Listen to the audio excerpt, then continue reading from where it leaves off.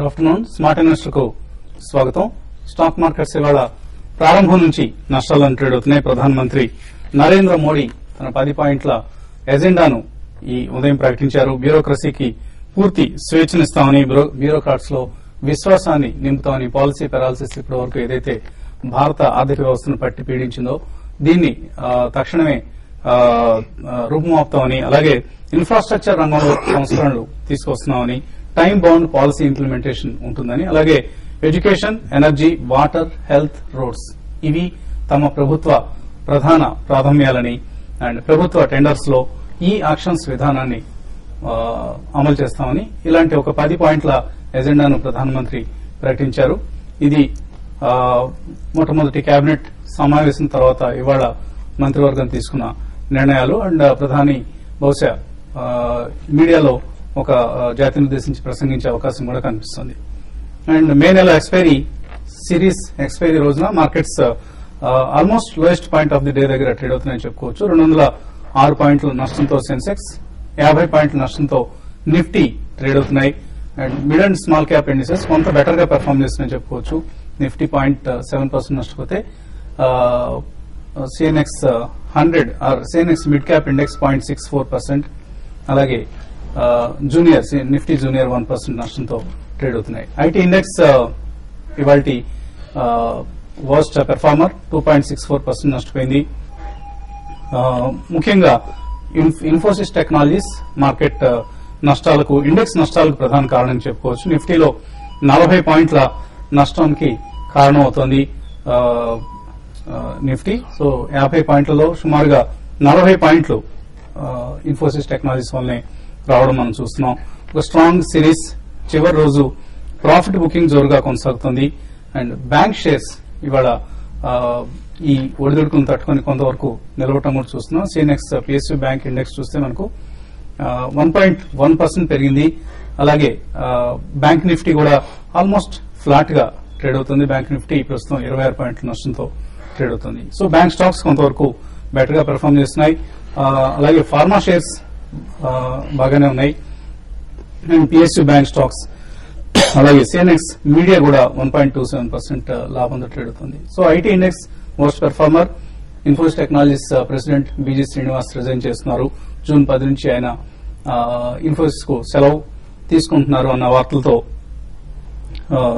Infosys technology share almost more than 7% నష్టపోయింది. అలాగే ఈ ఎఫెక్ట్ ఇతర ఐటీ కంపెనీస్ మీద కూడా ఎంతో కొంత ఉంది. అలాగే నిఫ్టీ స్టాక్స్ లో 11 స్టాక్స్ ఇవాళ రిజల్ట్స్ ప్రకటిస్తున్నాయి. ONGC, Tata Motors, Coal India, BHEL లాంటి నిఫ్టీ కంపెనీస్ ని కూడా ఇవాళ రిజల్ట్స్ ప్రకటిస్తున్నాయి. ఓవరాల్ గా May series ending. May series లో ఇప్పటిదాకా మనకు సెన్సెక్స్ 8.3% పెరిగింది. అలాగే నిఫ్టీ కూడా ఆల్మోస్ట్ 7% వరకు లాభపడింది. బ్యాంక్ నిఫ్టీ అత్యధికంగా 15% పైగా లాభపడింది. మే సిరీస్ సమాప్తి గురించి, అలాగే జూన్ సిరీస్ లో మార్కెట్స్ ఎలా ఉండబోతున్నాయి, ఈ అంశాల గురించి మనతో మాట్లాడేందుకు అనలిస్ట్ సిద్ధంగా ఉన్నారు. సో జూన్ నెలలో కరెక్షన్, ఇప్పుడు మనం ఏదైతే మే సిరీస్ ఎండింగ్ లో చూసిన కరెక్షన్ ఏదైతే ఇది కొంచెం మరికొంత ముదురుతుంది అనుకుంటున్నారు, లేకపోతే ఈ కరెక్షన్ ఇక్కడతో సమాప్తం అవుతుంది, జూన్ సిరీస్ నుంచి మళ్లీ మామూలుగానే ఆప్టిమిజం తో కూడిన ట్రేడింగ్, హోప్ ట్రేడింగ్ మళ్లీ మొదలవుతుంది అనుకుంటున్నారు? ఐ డోంట్ థింక్ సో అండి. ఎందుకంటే జూన్ కూడా స్లైట్లీ కన్సాలిడేషన్ ఫేజ్ లోనే నడుస్తుంది. ఎందుకంటే మనకి నెక్స్ట్ చిన్న ట్రిగర్ ఏంటంటే ఆర్బీఐ మీట్ ఒకటి ఉంది. కాబట్టి ఆర్బీఐ మీట్ లో I don't think they'll be any interest rate reduction right now. Next జూలైలోనే మనకి బడ్జెట్ ప్రెజెంట్ చేస్తారు. కాబట్టి ఐ థింక్ జూలై సిరీస్ కు కొద్దిగా యాక్టివిటీ లెవెల్స్ పెరగచ్చు. కానీ జూన్ లో మేజర్ యాక్టివిటీ లెవెల్స్ లో probably beaten down or maybe last 10-15 days లో బాగా పెరిగినాయి. ఈ రోజు అయితే they are giving off gains అండి. వాల్యూ బేస్డ్ బయింగ్ అనేది different sectors, mid and small cap లో రావచ్చు. కానీ ఓవరాల్ గా సిరీస్ మాత్రం జూన్ సిరీస్ కూడా I think it will be time wise consolidation and time wise correction అనే చెప్పొచ్చండి.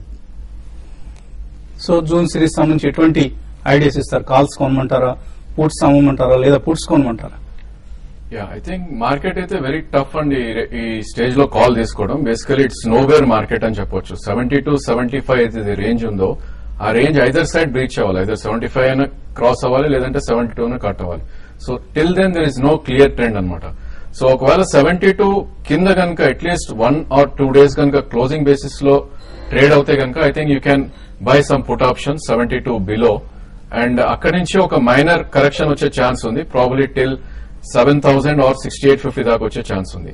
But otherwise I think range bound will continue అనిపిస్తుందండి నెక్స్ట్ 2 to 3 వీక్స్ దాకా. ఎందుకంటే బేసికలీ ఈ సైకిల్స్ అయితే చాలా స్పీడ్ గా ఉన్నాయి, లైక్ సెక్టర్ సైకిల్స్ కానీ స్టాక్ స్పెసిఫిక్ కానీ చాలా స్పీడ్ గా ఉన్నాయి. సో దానివల్ల I think market would be in the range bound maybe 100 to 150 points range లో ఉంటుంది. బట్ నిఫ్టీ కనుక ఈ రోజు క్లోజింగ్ బేసిస్ లో కనుక 7,269 దాని బిలో క్లోజ్ అవుతే కనుక ప్రాబ్లీ ఒక షార్ట్ టర్మ్ మైనర్ కరెక్షన్ రావచ్చు, probably about 100 to 150 points. So 7,269 కింద క్లోజ్ అవుతే కనుక ఈ రోజు ఒక టెంపరీగా పుట్ ఆప్షన్స్ తీసుకోవచ్చు అని చెప్పొచ్చండి. కమాడిటీస్ లో గోల్డ్, సిల్వర్ వీక్ గా ట్రేడ్ అవుతున్నాయి. ఇంటర్నేషనల్ మార్కెట్స్ లో చాలా వీక్నెస్ కనిపిస్తుంది. అలాగే ఇండియన్ మార్కెట్స్ లో కూడా హైయర్ లెవెల్స్ నుంచి ఆల్మోస్ట్ మనం 10 grams గోల్డ్ ఆల్మోస్ట్ 2,000 రూపీస్ తగ్గడం చూస్తున్నాం. మీరు అన్నట్లు ఓవరాల్ గా చూస్తే కనుక లాస్ట్ 1 వీక్ నుంచి గోల్డ్ అండ్ సిల్వర్ బాగా కరెక్ట్ కావడం చూస్తుండే. అయితే ఈ రోజు వెలువడినటువంటి యుఎస్ జీడిపి ఫిగర్స్ కొంత మద్దతు ఇచ్చే అవకాశాలు కనిపిస్తున్నాయి. బికాజ్ మనకి ప్రీవియస్ క్వార్టర్ అండ్ క్వార్టర్ చూసుకుంటే కనుక యుఎస్ జీడిపి ప్రీవియస్ 1.1% ఉంది. ఈ వీక్ చూస్తే కనుక కొంత డౌన్ కావచ్చు, అంటే -0.5% వరకు రావచ్చు అనేది ఎక్స్పెక్టేషన్ అనమాట. ఇదే కానీ జరిగితే కనుక ఆల్మోస్ట్ అరౌండ్ 1150 దగ్గర మనకి సపోర్ట్ దొరికే అవకాశం ఉంది. అదేవిధంగా మన మార్కెట్ లో కానీ చూస్తే కనుక 26,300 దగ్గర గోల్డ్ తాత్కాలిక మద్దతు, ఓవరాల్ ట్రెండ్ వీక్ అయినప్పటికీ తాత్కాలిక మద్దతు ఆ రేంజ్ లో దొరికే అవకాశం ఉంది. అదేవిధంగా సిల్వర్ విషయానికి వస్తే కనుక 39,200 దగ్గర స్వల్పకాలిక మద్దతు దొరికే అవకాశాలు ఉంది. అయితే ఈ ఎక్స్పెక్టేషన్స్ మనకి జీడిపి ఫిగర్స్ ఈ విధంగా వస్తే, సో అనదర్ హ్యాండ్ అని చూస్తే కనుక బేస్ మెటల్స్ లో బాగా వీక్ అయ్యే ఛాన్సెస్ కనిపిస్తున్నాయి. ఒకవైపు చాట్స్ పరంగాను కొద్దిగా బెరిష్ గా కనిపిస్తున్నాయి. అదేవిధంగా డేటా పరంగా కూడా ఈ వీక్ లో మనం చెప్పుకోదగ్గ డేటా అంటే పాజిటివ్ న్యూస్ అంటే ఒక చైనా పిఎంఐ కొంత పాజిటివ్ రావడం అనేది ఒక బేస్ మెటల్స్ పాజిటివ్ న్యూస్ అనమాట. రిమైనింగ్ ఆల్ అన్ని కూడా కొంత నెగిటివ్ ఇంపాక్ట్ చూపిస్తున్నాయి. ఈ రోజు ఇన్వెంటరీ కూడా దానికి అనుగుణంగా బేస్ మెటల్స్ కొద్దిగా వీక్ అయ్యే ఛాన్సెస్ ఎక్కువగా కనిపిస్తున్నాయి. అండ్ ఎనర్జీ సెక్టార్ విషయానికి వస్తే ముఖ్యంగా natural gas and crude oil, నిన్న వెలువడాల్సినటువంటి క్రూడ్ ఆయిల్ డేటా ఈ రోజు వెలువడుతుంది. Because of Monday Memorial Day సందర్భంగా యుఎస్ హాలిడే ఉండడం వల్ల ఈ రోజు crude oil and natural gas data రెండూ వెలువడుతున్నాయి అనమాట. సో ఈ రెంట్లో కూడా కొద్దిగా వాలటాలిటీ ఎక్కువగా ఉండే ఛాన్సెస్ కనిపిస్తున్నాయి. అయితే ఈ రెండు కూడా హైయర్ లెవెల్లో ప్రిఫర్ టు సెల్ అని చెప్పేసి చెప్పొచ్చు.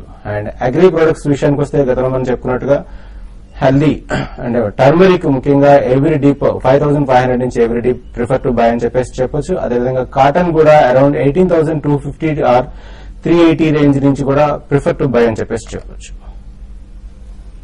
కాలర్స్ లైన్ ఉన్నారు. ఫస్ట్ కాలర్ ధర్మ చింతల నుంచి. హలో హలో హలో అడగండి ధర్మ. Good afternoon sir. నాకు జిఎంఆర్ ఇన్ఫ్రా గురించి ఐబిఐసిఎల్ గురించి తెలుసుకోవాలని ఉందండి. నేను జిఎంఆర్ 32 లో కొన్నాను, ఐబిఐసిఎల్ 26 లో కొన్నాను. అది ఉంచుకో సార్. ఓకే అండి. సో అంటే మీరు ఏంటి షార్ట్ టర్మ్ కోసం కొన్నారా?